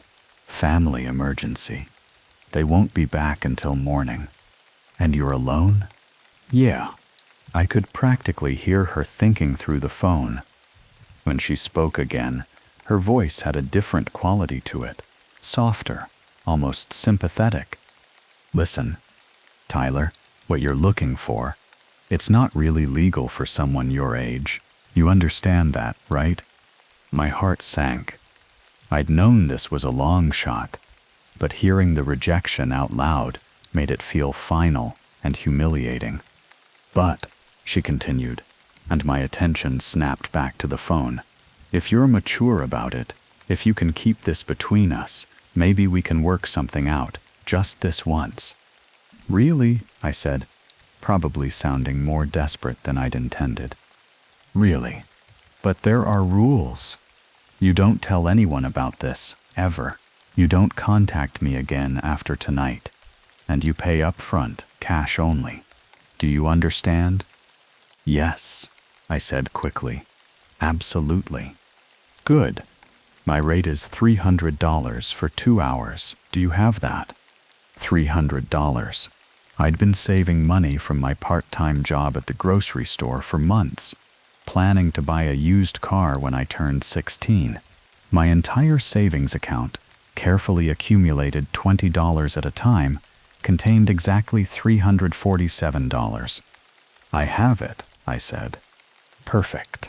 Give me your address." I rattled off my house number and street name, my voice getting stronger as the reality of what was happening began to sink in. This was actually going to happen. I was actually going to do this. "I know that area," she said. "Nice neighborhood. I can be there in about an hour. Is 1:45 good for you?" I looked at the clock on the computer screen. "That's perfect." "Great. I drive a dark blue Honda Civic. I'll park in your driveway and knock on the front door. When you answer, just say, 'Are you Stephanie?' and I'll say Tyler sent me. That way we both know everything's legitimate, okay?" Okay. "And Tyler, make sure you have the money ready. I don't like to wait around." The line went dead, leaving me sitting in the blue glow of the computer screen, with my heart pounding so hard I could hear it in my ears. I'd done it. I'd actually done it. In less than an hour, I was going to have an experience that most guys my age only dreamed about. I spent the next 50 minutes in a state of nervous excitement that bordered on panic. I showered, brushed my teeth, changed clothes 3 times, and counted my money at least 6 times to make sure I had enough. I cleaned up the living room, turned on some music, and rehearsed what I was going to say when she arrived. At 1:40, I positioned myself by the front window, peering through the curtains at the empty street outside. My neighborhood was dead quiet. No cars, no people, just the soft glow of streetlights creating pools of yellow on the asphalt. At 1:43, a dark sedan turned onto my street. My stomach flipped as I watched it slow down and pull into my driveway. The headlights went out, but the car sat there for a moment before the driver's side door opened. Even in the dim light, I could see that she looked just like her photo. Long, dark hair, slender build, moving with the kind of confidence that comes from doing something you've done many times before. She walked up to my front door with purposeful steps, and when she knocked, the sound seemed to echo through the entire house. I took a deep breath, checked my appearance one last time in the hallway mirror, and opened the door. "Are you Stephanie?" I asked, just like we'd rehearsed. She smiled, and in that smile, I should have seen the first warning sign. It didn't reach her eyes, and there was something calculating about it that should have made me pause. "Tyler sent me," she said, and I let her in. The moment Stephanie stepped across my threshold, the energy in the house changed. It was subtle at first, just a shift in the air, like when a storm is approaching, and you can feel the electricity building even though the sky still looks clear. She moved through my front hallway with a kind of casual familiarity that seemed odd for someone who'd never been there before. her eyes scanning the space in a way that felt more like an assessment than curiosity. "Nice place," she said, slipping off her jacket to reveal the same white blouse from her photo. Up close, she was prettier than her picture had suggested, but there was something in her manner that made me feel younger and more inexperienced than I already was. "Your parents have good taste." "Thanks," I said, suddenly aware of how my voice sounded in the empty house. "Can I get you something to drink? Water? Or—" "Water would be great," she said. But she wasn't looking at me. Her attention had shifted to the family photos lining the hallway wall. Pictures of Marcus and me at various ages, family vacations, school portraits with fake backgrounds and forced smiles. I hurried to the kitchen, grateful for something to do with my hands. The refrigerator hummed loudly in the silence, and I could hear her moving around in the living room, though her footsteps were soft enough that I couldn't tell exactly where she was going. When I returned with 2 glasses of water, I found her standing by the sliding glass door that led to our backyard, peering through the blinds into the darkness beyond. "You have a big yard," she said without turning around. "Yeah, it backs up to the woods. My dad likes his privacy." She nodded and turned back to me, accepting the water with that same calculated smile. "So, Tyler, this is your first time doing something like this, right?" I felt heat rise in my cheeks. "Is it that obvious?" "A little, but that's okay. Everyone has to start somewhere." She took a sip of water and settled onto our couch, patting the cushion beside her. "Why don't you sit down and we can talk about what you're looking for?" I sat, leaving what I thought was an appropriate amount of space between us. But she scooted closer until her knee was almost touching mine. This close, I could smell her perfume, something floral and sweet that reminded me of the stuff my mom wore to church. "First things first," she said, extending her hand palm up. "Business before pleasure." "Right. The money." I'd left it sitting on the coffee table in a neat stack of 20s, and I handed it over feeling both embarrassed by the transaction and thrilled that it was actually happening. She counted it quickly, her fingers moving through the bills with practiced efficiency, then folded them and tucked them into her purse. "Perfect," she said. "Now, before we get started, I need to use your bathroom. First day nerves, you know." I directed her down the hall, and she disappeared into the guest bathroom with her purse, closing the door with a soft click. I sat on the couch, trying to calm my racing heart and wondering what was supposed to happen next. This wasn't like anything I'd imagined. It felt more like a business meeting than the romantic encounter I'd pictured. Minutes passed, more minutes than seemed necessary for a quick bathroom break. I could hear muffled sounds from behind the bathroom door. Not the sounds you'd expect, but something that almost sounded like a phone conversation. The words were too quiet to make out, but the tone suggested she was talking to someone, her voice rising and falling in the rhythm of dialogue. After about 10 minutes, I started to feel uneasy. I got up from the couch and walked closer to the bathroom door, but the conversation, if that's what it was, had stopped. I was about to knock when I heard something else entirely, the sound of gravel crunching in my driveway. My blood went cold. My parents weren't supposed to be back until morning, and we weren't expecting any visitors. I moved to the front window and peered through the curtains, trying to see what was outside without being obvious about it. There was a car in my driveway, not the Honda Civic that Stephanie had arrived in, but a different car, darker, bigger, and as I watched, I could see the faint silhouette of someone sitting in the passenger seat. My mind started racing through possibilities, none of them good. Had Stephanie called someone? Was this part of some plan I hadn't been told about? Or was this just a coincidence? Maybe someone turning around in our driveway, maybe a neighbor checking on something. But even as I tried to rationalize what I was seeing, a voice in the back of my mind was screaming that this was wrong. Everything about this situation was wrong. The bathroom door opened behind me, and I spun around to see Stephanie emerging with that same smile, but now it looked different, more predatory. "Sorry about that," she said, smoothing down her blouse. "I had to make a quick call. You know how it is." "A call?" I said, trying to keep my voice steady. "To who?" "Just business," she said, moving closer to me. "Nothing you need to worry about. Now, where were we?"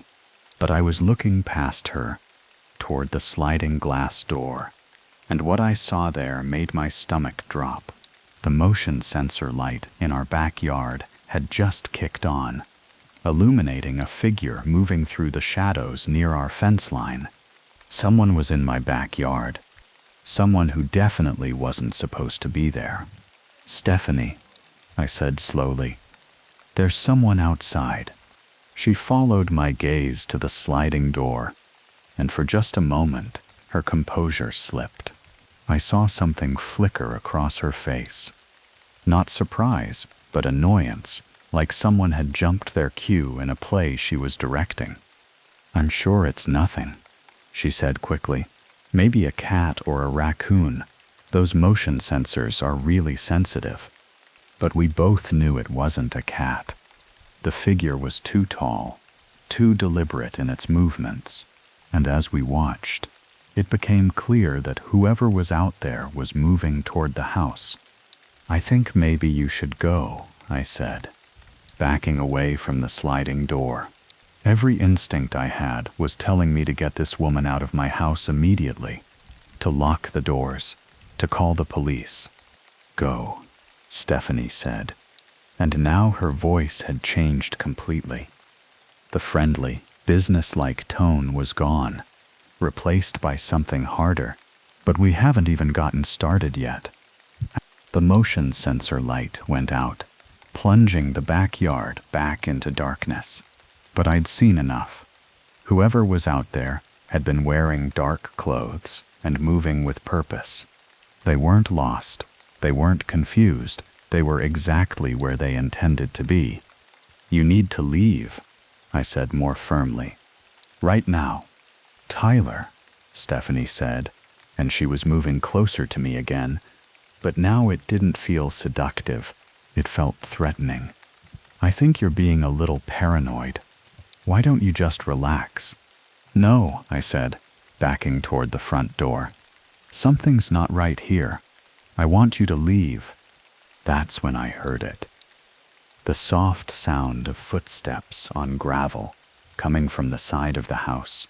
Someone was walking along the path that led from our backyard to our front door. And that's when I realized that Stephanie hadn't come alone. She'd never intended to be alone. Whatever was happening here, it wasn't what I'd paid for, and it wasn't something I was going to enjoy. "Please," I said, and I could hear the fear creeping into my voice. "Just take the money and go." But Stephanie was shaking her head, and her smile had become something awful. "I'm afraid it's not that simple anymore, Tyler," she said.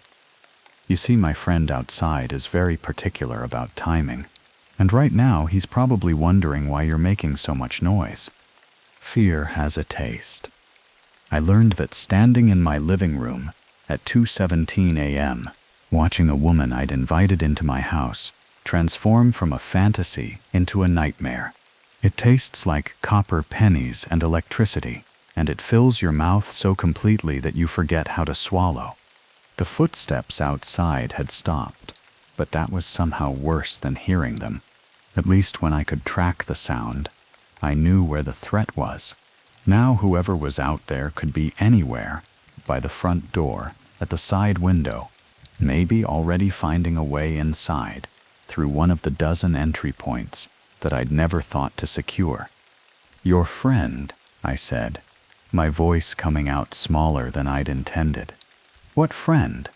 Stephanie's smile widened, and I realized that everything about her had been a performance. The nervous energy, the first-time jitters, the sweet college student persona, all of it carefully crafted to make me comfortable, to make me trust her. "Marcus," she called toward the sliding glass door. Though she was looking directly at me when she said it, "I think our host is getting nervous." Marcus. She'd used my brother's name, which should have been impossible. I'd never mentioned Marcus to her, had only said that my family was at the hospital, but somehow she knew. "How do you know my brother's name?" I demanded, though part of me already suspected the answer would be worse than the question. "Oh, Tyler," she said, shaking her head like I was a child who'd asked where babies come from. "Do you really think this was all some big coincidence? You find a website, you make a call, and some pretty girl just shows up at your door ready to fulfill your teenage fantasies?" The motion sensor light flicked on again, and this time I got a clear look at the figure in my backyard. He was tall, muscular, wearing all black including a ski mask that obscured his features, and he was standing directly outside the sliding glass door, looking in at us. "We've been watching your house for 3 weeks," Stephanie continued, settling back onto the couch like this was all perfectly normal. "Learning your routines, your family's schedule, when you're alone and when you're not. Your brother Marcus is quite the party animal, isn't he? Makes it easy to predict when your parents will be called away on emergency rescue missions." My mouth went dry. 3 weeks. They'd been planning this for 3 weeks, waiting for the perfect opportunity, and I'd given it to them, gift-wrapped with a teenage boy's desperation and stupidity. "Tonight was never about what you wanted," she said. "Tonight was about what we needed. A house full of nice things, parents with good jobs and healthy bank accounts, and a kid stupid enough to let strangers inside.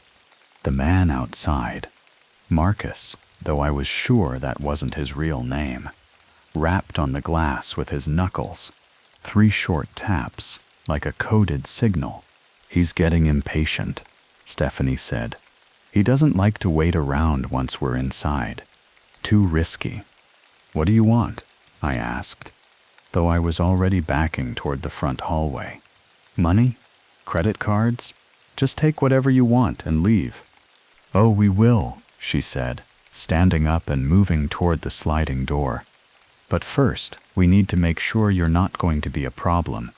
She slid the door open, and the man in black stepped inside like he owned the place. Up close, he was even more intimidating, at least 6 feet tall, with the kind of build that suggested he spent serious time in a gym. When he spoke, his voice was deep and completely calm, which somehow made everything worse. "Any problems?" he asked Stephanie. "He's starting to figure it out," she replied. "Caught on faster than most." "That's fine. We're ahead of schedule anyway."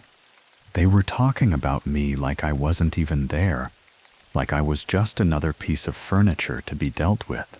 The casual nature of their conversation was more terrifying than any threats could have been.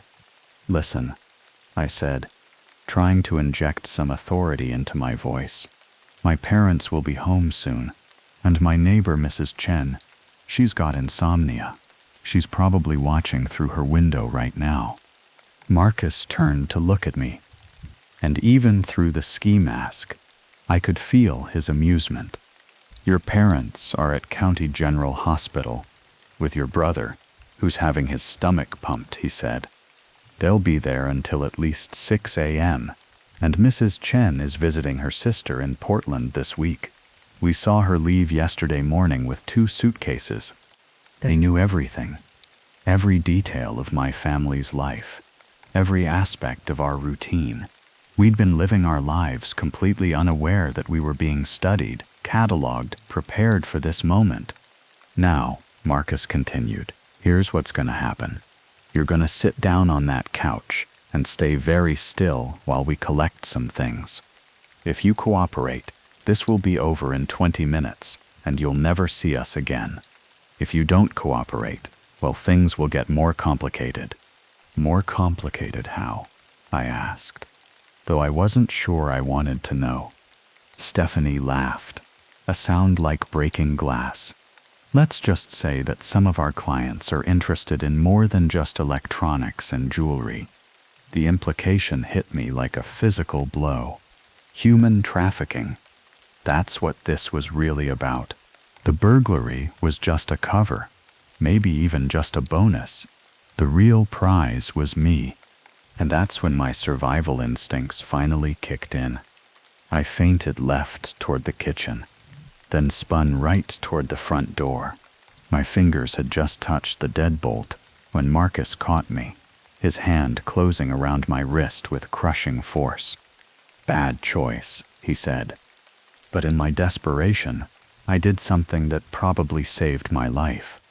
I started screaming, not just yelling or shouting, but full-throated, primal screaming like my life depended on it, which it did. The sound echoed through the house and spilled out into the night, shattering the careful quiet that Marcus and Stephanie had been counting on. "Shut him up," Marcus snapped, but I kept screaming, even as his other hand moved toward my throat. That's when the dogs started barking. Our neighbors, the Hendersons, had 2 German shepherds that they kept in their backyard. Usually, they were pretty quiet at night, but the sound of my screaming had set them off, and once they started, other dogs in the neighborhood joined in, a chain reaction of alarm that spread down the street like wildfire. "Shit," Stephanie hissed. "We need to go, now." Marcus released my wrist, but instead of retreating, he stepped closer. When he spoke, his voice was low and full of promise. "This isn't over," he said. "We know where you live. We know your routine. We know when you're alone." "Marcus, come on," Stephanie called from the sliding door. "Lights are coming on across the street." She was right. I could see the glow of windows lighting up in houses throughout the neighborhood. My screaming had woken people up, and in a suburban area like ours, unexpected noise at 2 a.m. meant someone was calling the police. Marcus backed toward the sliding door, but he kept his eyes on me the entire time. "Sleep tight, Tyler," he said. "We'll be seeing you soon." And then they were gone, disappearing into the darkness beyond my backyard as quickly and silently as they'd arrived. I stood in my front hallway, shaking and gasping, listening to the sound of sirens growing louder in the distance. Someone had indeed called the police, and they were coming. But as I waited for help to arrive, I realized that the nightmare wasn't over. It was just beginning. Because Marcus had been right about one thing. They knew where I lived, and somehow I didn't think they were the type of people who gave up easily. The police arrived 17 minutes after I'd started screaming. 17 minutes that felt like 17 hours, during which I sat on my couch with every light in the house blazing, a baseball bat across my knees, and my eyes fixed on every window and door. The silence after Marcus and Stephanie disappeared was worse than their presence had been, at least when they were there. I knew where the danger was. Officer Rebecca Martinez was the first through my door, followed by her partner, an older man named Detective Brooks, who looked like he'd seen enough crime scenes to last 3 lifetimes. They swept through the house with professional efficiency, checking every room, every closet, every possible hiding place before they were satisfied that I was alone. "Tell me what happened," Officer Martinez said, settling into the chair across from me, while Detective Brooks continued to prowl around the living room, taking photos and making notes. So I told them. Everything. The website, the phone call, the arrangement I'd made with Stephanie, the money, the lies, the realization that I'd been set up. I held nothing back, even though each detail made me feel more stupid and more ashamed. Officer Martinez listened without judgment, taking notes and asking clarifying questions. When I finished, she leaned back in her chair and studied me for a long moment. "Tyler," she said finally, "you realize how lucky you are, right? What you're describing, this wasn't just a burglary gone wrong. These people were professionals, and they had plans for you that went way beyond stealing your PlayStation." "I know," I said quietly. "I figured that out. The question now is whether we can find them," Detective Brooks said, looking up from his notebook. "You said the woman left something in the bathroom." I nodded. "She was in there for a long time, and I heard her talking to someone on the phone. We went to the guest bathroom together, and that's where we found it. A small black cell phone, tucked behind the toilet tank, where it would have been invisible, unless you were specifically looking for it." "Burner phone," Detective Brooks said, picking it up with a pair of latex gloves. "Probably untraceable, but we might get lucky with the call log." That's when Officer Martinez made a discovery that changed everything. "Brooks," she called from the hallway, "come look at this." I followed them to the family photo wall, where Officer Martinez was shining her flashlight on one of the pictures, a recent family portrait we'd had taken at Sears just last month. "Someone's been looking at your family photos very carefully," she said, pointing to barely visible fingerprint smudges on the glass over the photo. "See the pattern? They were studying faces, memorizing details." Detective Brooks nodded grimly. "This level of preparation suggests they've done this before, multiple times." "But that's not the worst part," Officer Martinez continued, moving her flashlight to the sliding glass door. "Tyler, when you said they knew about your brother Marcus, they didn't just know his name. Look at this." Taped to the inside of the sliding door so low that you'd have to be crouching to see it, was a small piece of white paper with handwriting on it. Detective Brooks photographed it before carefully removing it. "It's a timeline," he said, reading from the paper. "Marcus party schedule, parent hospital trips, Tyler home alone windows. They've been tracking your family's movements for weeks." The paper contained details that made my skin crawl. Not just dates and times, but personal information. Marcus's friends' names and addresses, my parents' work schedules, even the fact that Mrs. Chen was visiting her sister in Portland. "This wasn't random," Officer Martinez said. "You and your family were specifically targeted." "But why us?" I asked. "We're not rich. We don't have anything special." "You'd be surprised," Detective Brooks said. "Nice neighborhood, both parents working, teenage kids with expensive electronics and predictable schedules. To people like this, you're perfect targets." As they continued to process the scene, Officer Martinez's radio crackled to life. She stepped away to take the call, and when she came back, her expression was grim. "We just got another call," she said. "Similar situation, about 6 miles from here. 18-year-old kid. Parents out of town. Arranged to meet someone he found online. But this one didn't end as well as yours did." My blood went cold. "What happened to him?" "He's alive," she said quickly, "but barely. Same setup. Pretty girl on a website. Shows up at his house. Accomplice in the backyard. Except this kid didn't start screaming when things went wrong. They found him tied up in his basement, beaten pretty badly. The house was cleaned out." "Jesus," I whispered. "The good news is that this gives us a pattern to work with," Detective Brooks said. "We can start tracking these people across multiple crime scenes. The bad news is that they're clearly not done." We spent the next 2 hours going through everything. The police dusted for fingerprints. Though Stephanie and Marcus had been careful to wear gloves, they photographed the timeline and the burner phone. They took samples from the water glasses.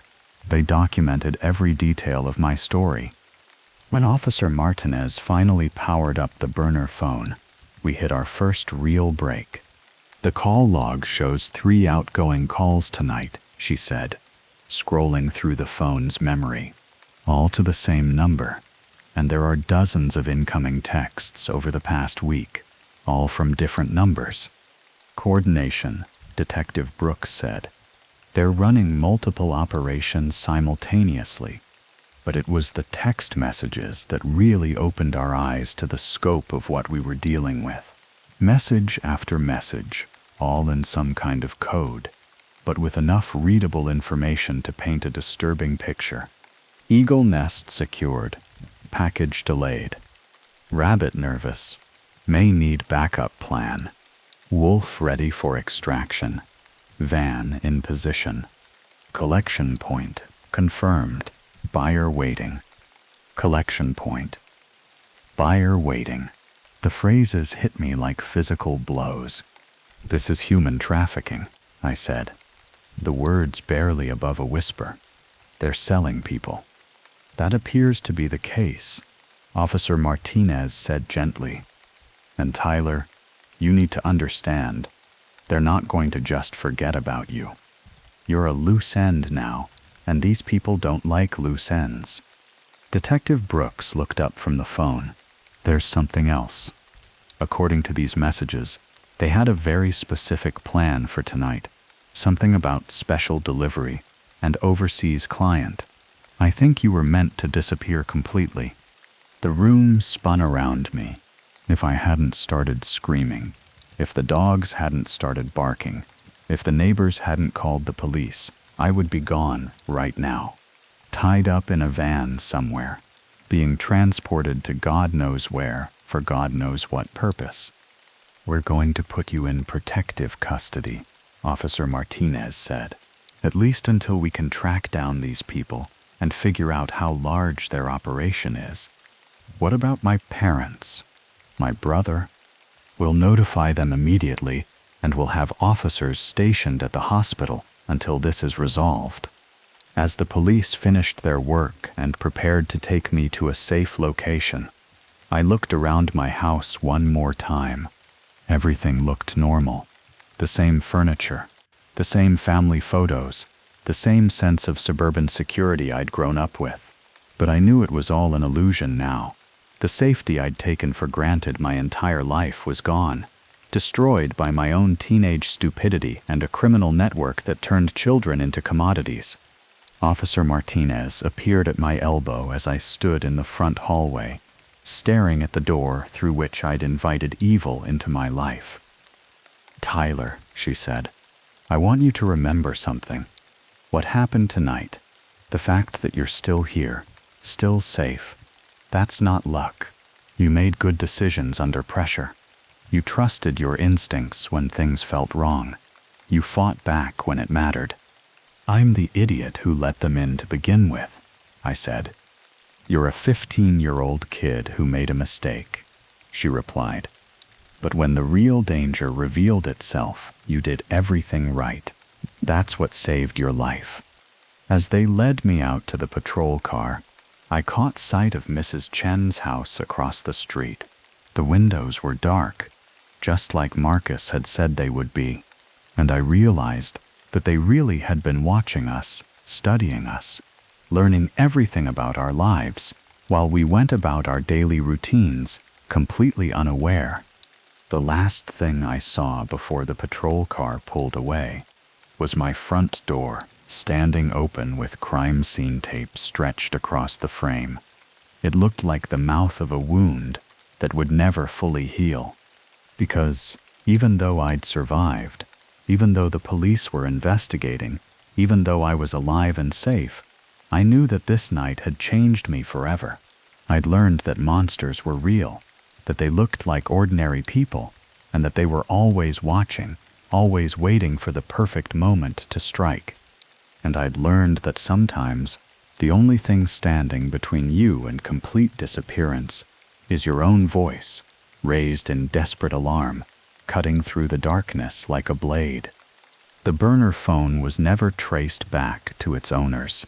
The investigation continued for months, uncovering a network that stretched across 3 states and involved dozens of victims. Some were rescued, others were never found. Marcus and Stephanie, their real names turned out to be David Chen and Maria Santos, were eventually arrested during a raid on a house in Detroit. They're serving life sentences now, along with 14 other members of their organization. But I still check my locks twice every night. I still feel my heart race when unknown cars park in my neighborhood. And I still wake up sometimes, remembering the taste of fear and the sound of dogs barking in the distance, echoing through a suburban night that should have been safe but wasn't. Because I learned that the worst monsters don't hide under beds or in closets. They knock on your front door and wait for you to let them in.